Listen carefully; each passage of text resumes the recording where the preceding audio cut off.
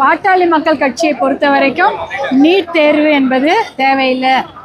ஏனென்றால் அது கிராமப்புற மாணவர்களுக்கும் ஏழை மாணவர்களுக்கும் சம வாய்ப்பை வழங்கவில்லை என்பதுதான் நிலைப்பாடு. பார்த்தீங்கன்னா நீட் தேர்வில் வருடக்கணக்காக நிறைய குளறுபடிகள் நடந்து கொண்டு தான் இருக்கிறது. இன்றைக்கு தான் அது வெளியில் தெரிஞ்சிருக்குது.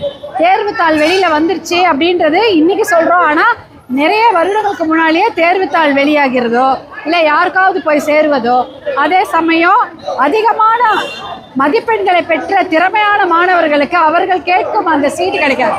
ஆனால் குறைந்த மதிப்பெண்களும் நெகட்டிவ் மார்க் வாங்கின மாணவர்களுக்கு கூட அவர்களுக்கு சில கல்லூரிகளில் இடம் கிடைச்சிடுது நீட் தேர்வு மூலம்.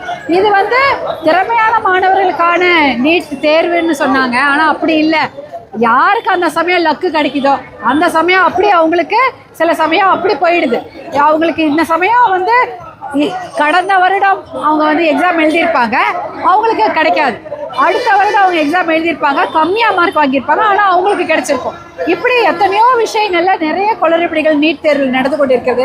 அதனால தான் தமிழ்நாட்டில் நம்மளும் அந்த நீட் தேர்வு வேண்டான்னு சொல்லிட்டு இருக்கிறோம். 12வது பொதுத் தேர்வே போதும். எத்தனை முறை தான் மாணவர்கள் அவங்களோட தகுதியை நிரூபிச்சுக்கிட்டே இருப்பாங்க. 12வது பொதுத் தேர்வில் அவங்க உயிரை கொடுத்து படித்து மார்க் வாங்குறாங்க.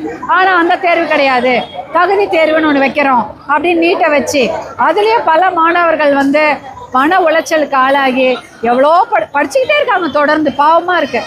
அவர்களுக்கு இந்த நீட் தேர்வு தேவையில்லாத ஒன்று. அதை விட 12வது பொதுத் தேர்வு மதிப்பெண்களே போதும் என்ற நிலைப்பாடு தான் பாட்டாளி மக்கள் கட்சியின் நிலைப்பாடு. அதை பற்றி தான் மருத்துவர் அன்புமணி அவர்களும் பல வருடங்களாக தொடர்ந்து சொல்லி கொண்டிருக்கிறார்கள்.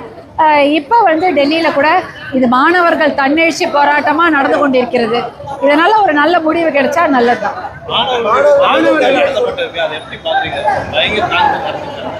மாணவர்கள் ஒரு பக்கம் கைது பண்ணி இருக்காங்க, ஜனநாயகத்தில் பாதி பேர் கொண்டாடத்தில் இருக்காங்க. அது பெரிய அளவில் விமர்சனமாக இருக்குது.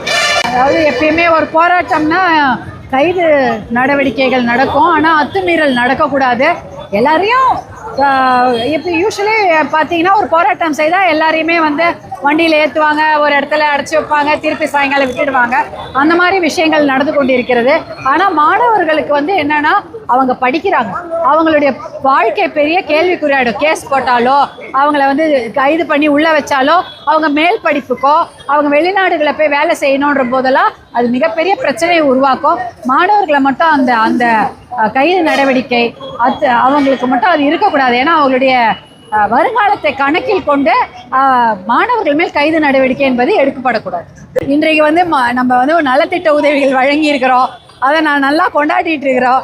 அது சிறப்பாக அதை கொஞ்சம் நீங்கள் கவனம் எடுத்து, நான் சொன்னல மாற்றுத்திறனாளிகளுக்காக ஸ்பெஷலாக பட்ஜெட்லேயோ தேர்தல் அறிக்கையிலையும் அதுக்காகவே ஒரு சிறப்பு கவனம் செலுத்தி பாட்டாளி மக்கள் கட்சி வெளியிட்டிருக்கிறாங்க. அதெல்லாம் மாற்றுத்திறனாளிகளுக்கு ரொம்ப ரொம்ப உபயோகமாக இருக்கும். ஏன்னா அவங்கள பற்றி யாருமே நம்ம கண்டுகொள்வதே இல்லை. ஏதோ வண்டி வழங்குறோம், கண்ணாடி வழங்குறோம், அத்தோட நிறுத்திக்கிறோம், அப்படி கிடையாது.